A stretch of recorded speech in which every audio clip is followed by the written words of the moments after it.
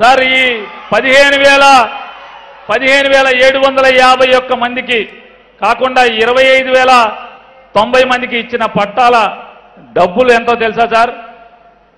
197 కోట్ల రూపాయల నగదుని మీరు పంపించి రైతులకు ఇచ్చి, రైతులు ఎక్కడ కూడా బలవంతంగా భూమి లాక్కున్నది లేదు సార్. చిరునవ్వుతో డాక్యుమెంట్స్ని ఎంఆర్ఓకి, ఆర్డీఓకి, జాయింట్ కలెక్టర్కి ఇచ్చి, ఇదిగోండి జగన్ గారు కాలనీలు కడుతున్నాడంట, మేము పొలాలు ఇస్తాం తీసుకోండి అని చెప్పి నవ్వుతా ఇల్లేంత రేటు మీరు ఇచ్చి చెప్పారు కలెక్టర్కి. అంత లాభదాయకమైన రేటుకి అంటే జగన్ గారు ఒకటే చెప్తారు, మనిషికి భూమికి విడదీయరాని బంధం ఉంటుంది.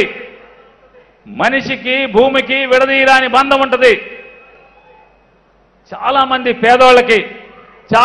పేదోళ్ళకి వాళ్ళు బతికేటువంటి నేల నీది కాదు అని అనేవాడే తప్పితే, అరే నువ్వు చచ్చేంత వరకు ఇదిగోరా బాబు నీ భూమిని, నీ ఇల్లు నీకు ఇస్తున్నా, సొంత ఇల్లు అని చెప్పని ఇచ్చిన ఇంత గొప్ప నాయకుడు దేశంలో ఎవడున్నాడు? 31 లక్షల పైచిలుకు మందికి పేదవాళ్ళకి ఇళ్ల స్థలాలు ఇచ్చినాడు ఎవడున్నాడు? ఇవాళ గిలకల దిండి అనే ఒక మత్స్యకార గ్రామం ఉంది సీఎం గారు. మొత్తం ఊరంతా మత్స్యకారులే, మొత్తం కటికి పేదవాళ్ళు. ఆ ఊరు దాదాపుగా పుట్టి కొన్ని వందల సంవత్సరాలైంది. ఇంతవరకు ఒక రాజకీయ నాయకుడు ముఖ్యమంత్రి అయి ఆ ఊళ్ళో నిరుపేదలకి పట్టా ఇచ్చినటువంటి ముఖ్యమంత్రి ఇంతవరకు ఎవరు లేడు, మీ నాన్నగారితో సహా ఎవరూ లేడు. ఇవాళ జగన్మోహన్ రెడ్డి గారు 1050 మందికి ఆ గడ్డ మీద పట్టాలు ఇచ్చారు. గిలకల దీంట్లో ఆ ఊరు నానుకునే వాళ్ళందరూ కూడా సముద్రంలోకి వేటాడుకు బతికే వాళ్ళందరూ కూడా వాళ్ళ జీవనభృతి పోకుండా ఉండటం కోసం 1000 మందికి చరిత్రలో మొదటిసారి, ఆ ఊరు చరిత్రలో మొదటిసారి పట్టా ఇచ్చిన మొగోడు ఎవడన్నా అంటే జగన్మోహన్ రెడ్డి గారు. ఇది ఇళ్ల స్థలాల చరిత్ర ఆయన చెప్పాడు ఆ రోజు. కానీ చెప్పని మాట ఒకటి ఉంది. ఆ రోజు మనకేం చెప్పలేదు ఆయన, కానీ అడగంగానే మెడికల్ కాలేజీ ఇచ్చాడు. ఏం చేయాలి ఇతనికి? మనందరం ఏం చేయాలి? బందరోళ్ళం చచ్చేంత వరకు గుండెల్లో ఆయనకి స్థానం ఇవ్వాలా అక్కర్లేదా?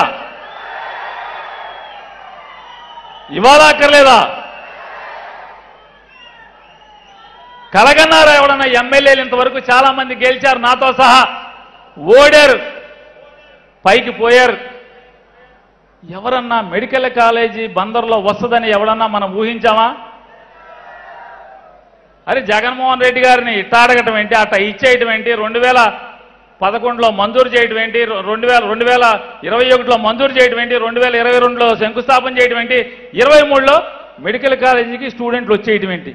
ఇదంతా నాకే కలగా ఉంది. నేను ఎమ్మెల్యేగా ఉన్న ఆయనతో పాటు నాకే కలగా ఉంది. అది మెడికల్ కాలేజీ ఎప్పుడు ఇచ్చాడు, ఎప్పుడు కట్టాడు? అప్పుడే నా పదవీ కాలం ఉండంగానే అక్కడ మెడికల్ కాలేజీ స్టూడెంట్స్ రావటం. నీ కాళ్ళకు నమస్కారం అయ్యా జగన్మోహన్ రెడ్డి గారు, ఇక అంతకు మించి మేమేం చేయలేం అసలు. ఆ మెడికల్ కాలేజీ కూడా ఏమీ ఊరికే రాలా. సుమారుగా 550 కోట్ల రూపాయలతో 550 కోట్ల రూపాయలతో మెడికల్ కాలేజీ మంజూరు చేసి శాంక్షన్ చేయటమే కాకుండా సుమారుగా 64 ఎకరాల్లో ఆ కాలేజీని తీర్చిదిద్దుతున్నటువంటి పరిస్థితి.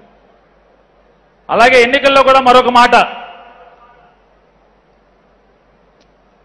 గోల్డ్ కవరింగ్ సంఘం వాళ్ళందరూ కలిసి పాదయాత్రలో ఆయన బస్సులో విశ్రాంతి తీసుకుంటుంటే గోల్డ్ కవరింగ్ పరిశ్రమలో ఉన్న వాళ్ళందరూ కూడా, గోల్డ్ ప్రిన్స్ నరసింహారావు గారు పేర్లు చెప్తున్నాను నేను, ఎవరెవరు వచ్చారు, సాధు గాంధీ గారు, ఇట్లా అనేక మంది, సిలార్ దాదా గారు, దాదా గోల్డ్, దాదా బ్యాంగిల్స్, అలాగే నోకల్ సురేష్, మళ్ళా ఉమా గారు, ఇట్లాంటి చాలామంది పెద్దల బందర్లో ఉన్నటువంటి పెద్ద పెద్ద కంపెనీల వాళ్ళందరూ కూడా వచ్చారు. వచ్చి జగన్మోహన్ రెడ్డికి అడిగండి, సార్ గోల్డ్ కవరింగ్ పరిశ్రమ సార్, అవును మీ ఊరు బాగా రోల్డ్ గోల్డ్కి ఫేమస్ కదా అంటే, సార్ ఇక్కడ జీవన భృతిది అంటే వాళ్ళ నోటితో వాళ్ళు చెప్పారు, సుమారుగా 40 నుంచి 50 వేల మంది ఇళ్ల దగ్గర పనిచేసుకు బతుకుతారు సార్ రోడ్లు గోల్డ్ మీద అని చెప్పారు. ఏం కావాలి మీకు అన్నారు. సార్ మీ నాన్నగారు ఉన్నప్పుడు కరెంటు ఛార్జీలు ₹3.75 యూనిట్కి ఇచ్చేవాళ్ళు సార్. చంద్రబాబు వచ్చి ఇప్పుడు ₹9 చేశాడు సార్. ₹7.65 ప్లస్ ట్యాక్సులు అయ్యి కలిపి ₹9 చిల్లర వచ్చిందండి. నీకు దయ ఉంటే నువ్వు గెలుస్తావు తప్పకుండా. పాదయాత్ర అయిన తర్వాత మాకు అది 3.75కి చేయమని చెప్పారు. పాదయాత్రలో వాళ్ళు అడిగిన దాన్ని ఆ రోజు చెప్పారు. మళ్ళీ ఎలక్షన్లో ఓటు అడుగుతాకు వచ్చినప్పుడు కూడా మళ్ళీ చెప్పారు. మనందరి ప్రభుత్వంలో రాబోయేటువంటి మనందరి ప్రభుత్వంలో గోల్డ్ కవరింగ్ పరిశ్రమ బందరులో ఉన్నటువంటి దాదాపుగా 2 లక్షల మంది జనాభాలో 40 నుంచి 50 వేల మంది దాని మీద బతుకుతారని చెప్తున్నారు. కాబట్టి ఇది బందరుకి ఆయువు పట్టు కాబట్టి మీ ఊరికి బ్రాండ్ కాబట్టి ఖచ్చితంగా మన ప్రభుత్వం రాగానే చేస్తానన్నారు. 2019 మే 30వ తారీఖున ఆయన ప్రమాణ స్వీకారం చేస్తే డిసెంబర్లో ₹3.75 కరెంటు ఛార్జీలు తగ్గించి ఇప్పటి వరకు ఒక్కసారి ఏ గోల్డ్ కవరింగ్ పరిశ్రమ అతను అడగండి.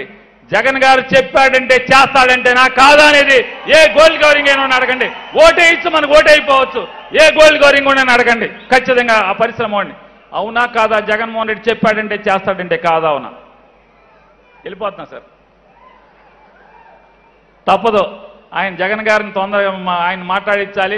ఎండ వస్తుంది, వడగాల్పు వస్తుంది, ప్రజలు ఇబ్బంది పడకూడదని జగన్మోహన్ రెడ్డి గారు బాధపడుతున్నాడు. నువ్వు దిగిపోరా బాబు నువ్వు తప్పి ఆయన వస్తాడని చెప్తున్నాడు. తప్పదు. ఇక మా లాస్ట్ మళ్ళీ జగన్మోహన్ రెడ్డి గారితో నేను కలిసి మీటింగ్ ఉంటుందో ఉండదో నాకే తెలియదు కాబట్టి తప్పదు. ఇక ఆయన బాధ భరించాల్సిందే నన్ను. అలాగే ఆయన ఆ మీటింగ్లో కూడా చెప్పారు మంచిళ్ళు కావాలంటే మంచిళ్ళు ఇవ్వకపోతాం ఏంటన్నాడు. జగన్మోహన్ రెడ్డి గారు మాట చెప్పారు. మన ప్రభుత్వం రాగానే జూన్ జూలై మాసంలోనే ప్రతిరోజు 50,000 లీటర్లు గోల్డ్ కవరింగ్ పరిశ్రమకి మచిలీపట్నం నుంచి మున్సిపాలిటీ నుంచి కూడా ఇవ్వటం జరిగిందని చెప్పినది జగన్మోహన్ రెడ్డి ప్రభుత్వం చెప్పిందంటే చేస్తుందంతే అనేది మీ అందరికీ చెప్తూ, అలాగే జిల్లా మన బందరు బాగుపడాలంటే జిల్లా విభజన ఒకటే ఏకైక మార్గం అని మాతో మాట్లాడేవాళ్ళు ఆయన. ఆ మాట ప్రకారం బందర్ని బాగు చేయడం కోసం, బందరు వైభవాన్ని తీసుకురావడం కోసం సార్ మేము చెప్తే జగన్మోహన్ రెడ్డి గారు మీకు అతిశయోక్తిగా ఉంటుంది, రఘురామ్ లాంటి వాళ్ళకి బాధగా ఉంటుంది. కానీ ఎందుకంటే వాళ్ళు బెజవాడవాళ్ళు కాబట్టి మా ఊళ్ళో కలెక్టర్ ఆఫీసు కానీ మిగతా జిల్లా ఆఫీసులన్నీ ఒక్కొక్క ఆఫీసు మాయమవుతూ వచ్చినాయి సార్. ఏంటయ్యా నువ్వు మరీ చోద్యం చెబుతావు, ఆఫీసులు మాయమవుతాం అంటే అవును సార్ మా దగ్గర మాయమైపోయి బెజవాడలో తెలుసుకున్నాయి సార్ మొత్తం అన్ని. మీరు ముఖ్యమంత్రిగా అయ్యి మా జిల్లాని విడగొట్టి మచిలీపట్నానికి ప్రత్యేకంగా కృష్ణా జిల్లా ఏర్పాటు చేసేంత వరకు కూడా మా జిల్లాలో పాత కలెక్టర్ ఆఫీస్ తప్పితే ఒక్క ఆఫీసు లేదు సార్. అన్ని మాయమైపోయి అన్ని బెజవాడలో ఉన్నాయి సార్. ఆఖరికి మీటింగులు కూడా బెజవాడలోనే జరిగాయి సార్.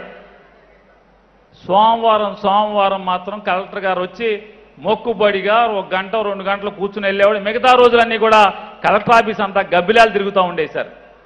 ఆ స్థితి నుంచి ఇవాళ జిల్లాలోని ప్రతి ఆఫీసరు కూడా మొత్తం అంతా కూడా పొద్దున్న నుంచి సాయంత్రం దాకా మీ పుణ్యమాని బందర్లో ఉంటున్నారు. Collector office కలకల్లాడుతుంది. గబ్బిలాలు తిరిగిన ఆఫీసులో ఇవాళ అన్ని కూడా పచ్చగా జనం తిరుగుతూ నిండుగా కనపడుతుంది సార్ మీ పుణ్యం వల్ల.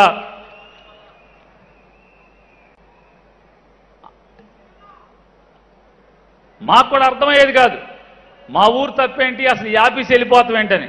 కానీ ఈ తప్పును లెక్కెట్టాకి జగన్మోహన్ రెడ్డి గారు వచ్చాడు, అన్నీ ఇచ్చారు. జిల్లాని ఇక్కడ ఇచ్చారు, పూర్వవైభవం తీసుకొచ్చారు. అయ్యా మా నియోజకవర్గానికి ఒకటే ఎంఆర్ఓ ఆఫీస్ అండి ఇవ్వండి అంటే ఎందుకు ఎవరు అన్యాయం కదా ఒకటే ఎంఆర్ఓ ఆఫీస్ అని చెప్పని మనకి మచిలీపట్నానికి మరొక ఎంఆర్ఓ ఆఫీస్ కూడా మంజూరు చేశారు. రేపో మాపో అది ఆ ఊళ్ళన్నిటికీ కలిపి అంటే దక్షిణాన్న ఊళ్ళకి మున్సిపాలిటీలో 50 సచివాలయాలకి మరొక ఎంఆర్ఓ ఆఫీసుని మంజూరు చేశారు. రేపో మాపో కలెక్టర్ గారు దాన్ని తెరుస్తారని చెప్పని తద్వారా మీకు సేవలు మరింత చేరువవుతాయని చెప్పని రెండో ఎంఆర్ఓ ఆఫీసు తెరవటం వల్ల అని చెప్తూ ఇక చివరిగా పోర్టు